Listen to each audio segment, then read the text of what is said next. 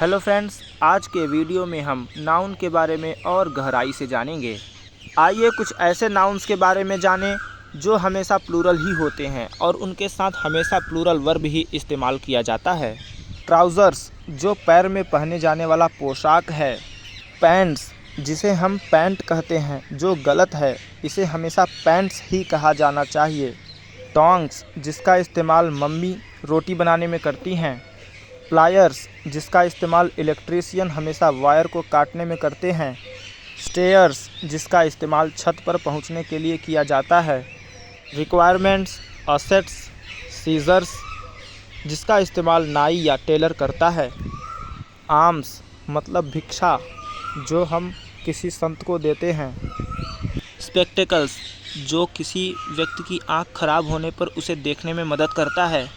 Savings, मतलब वो money जो हम बचाते हैं। अर्निंग्स, मतलब कमाई। सराउंडिंग्स, मतलब आसपास का वातावरण। गॉगल्स, मतलब वो चश्मा जो हम अपने आँख को धूल, मिट्टी और पानी से बचाने के लिए पहनते हैं। Congratulations, thanks. ट्रूप्स, मतलब सैनिकों की टोली। शॉर्ट्स, जो घुटने के ऊपर तक होता है। सनग्लासेस, जो स्पेशली धूप से आँख को बचाने के लिए डिज़ाइन किया गया होता है। बाइनोक्यूलर्स, जिसका इस्तेमाल दूर की वस्तुओं को देखने के लिए किया जाता है। जीन्स, जो एक मोटा कपड़ा होता है। शीयर्स, जिसका यूज़ पौधों को छांटने में करते हैं। ट्वीज़र्स, जिसका यूज़ लड़कियां अपने आईब्रोज़ को सेट करने के लिए करती हैं। बॉक्सर्स, अंडरगारमेंट्स को कहते हैं। हेडफोन्स साइज में बड़े होते हैं जबकि ईयरफोन्स छोटे होते हैं। टाइट्स एक कपड़ा है जो मसल्स को टाइटली पकड़ के रखता है और इसे रनर्स पहनते हैं। बिलोंगिंग्स, मतलब सामान।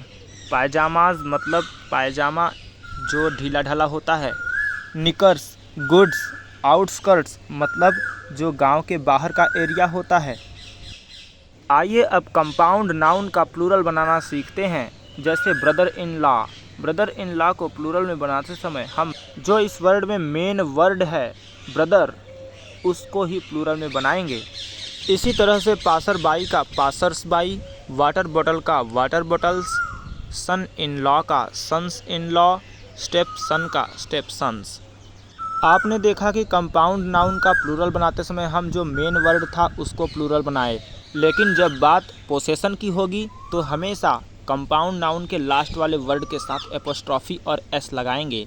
जैसे ससुर का घर तो father in law's house. Fathers in law house नहीं करेंगे, ये गलत है। और वहीं जब बात सिंगुलर और प्लूरल की हो तब लास्ट वाले के साथ एस नहीं लगाएंगे।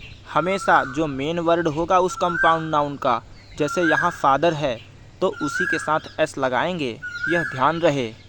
कंपाउंड नाउन का मतलब है कि दो या दो से अधिक नाउन से मिलकर एक नाउन बने तो उसे ही कंपाउंड नाउन कहेंगे। अब उन नाउन्स के बारे में बात करें जो देखने में तो प्लूरल लगते हैं क्योंकि उनके लास्ट में एस होता है, जबकि वे वास्तव में सिंगुलर होते हैं और उनके साथ सिंगुलर वर्ब ही लगाई जाती है। न्यूज़ एक सिंगुलर वर्ड है। आइए एग्जाम्पल से समझते हैं। जैसे the news of Poonch incident. Sparks, यहाँ स्पार्क्स लगा है, एस लगा है जो सिंगुलर वर्ब है, इसलिए हम समझ गए कि द न्यूज़ को सिंगुलर समझा गया है। फिजिक्स एक सब्जेक्ट है जिसके साथ सिंगुलर वर्ब ही लगेगा। इसी तरह से और भी वर्ड्स हैं जो देखने में प्लूरल लगते हैं लेकिन होते हैं सिंगुलर, जैसे mathematics, civics, politics, ethics, statistics, economics, gymnastics, series, linguistics, etc. You should also be aware of the fact that uncountable nouns can never be pluralized.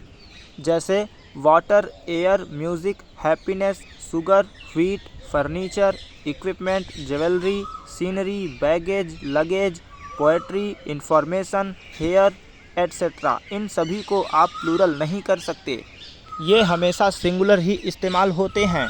आपको यह भी बता दूं कि एपोस्ट्रॉफी का इस्तेमाल हमेशा लिविंग बीइंग्स के साथ होता है। नॉन लिविंग थिंग्स के साथ एपोस्ट्रॉफी नहीं लगाते बल्कि हम ऑफ का यूज़ करते हैं। जैसे आप अगर कहना चाहते हैं कि मेज़ के पैर, तो आप टेबल्स लेग्स नहीं कह सकते, इसके लिए आपको कहना पड़ेगा the legs of the table.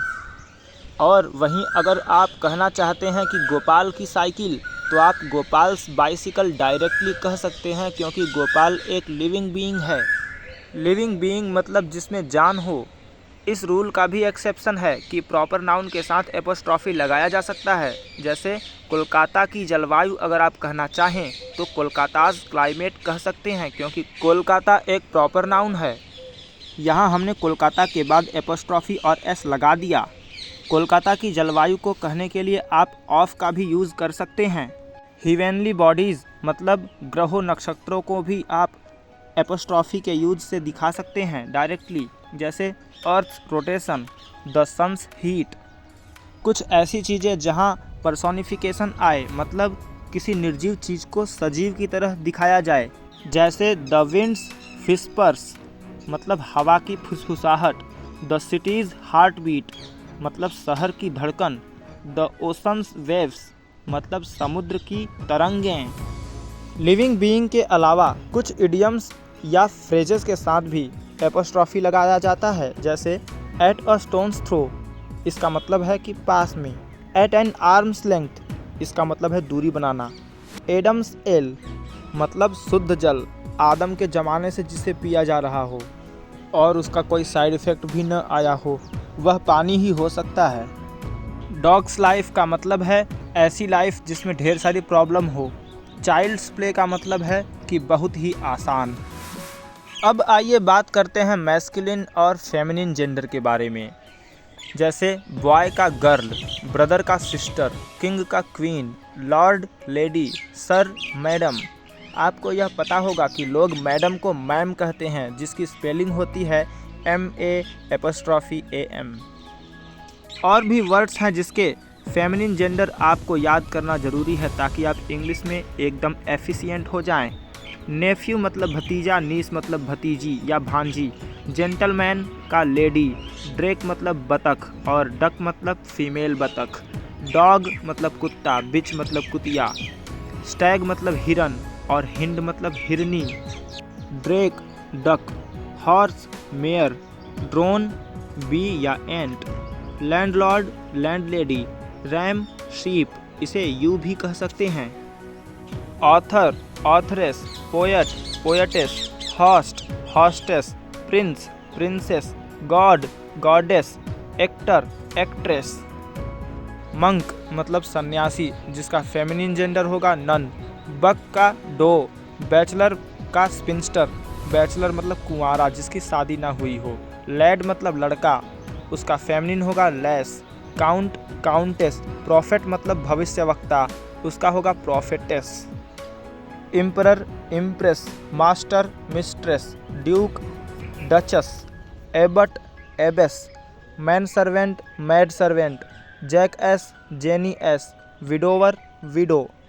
Widower को हिंदी में विधुर कहते हैं, मतलब जिसकी पत्नी मर गई हो। ड्यूक मतलब शासक और डचस मतलब शासिका। एबट मतलब मठाधीश जो ईसाई धर्म के होते हैं। अगर आपको इस वीडियो से थोड़ा भी फायदा हुआ हो तो लाइक ज़रूर करें।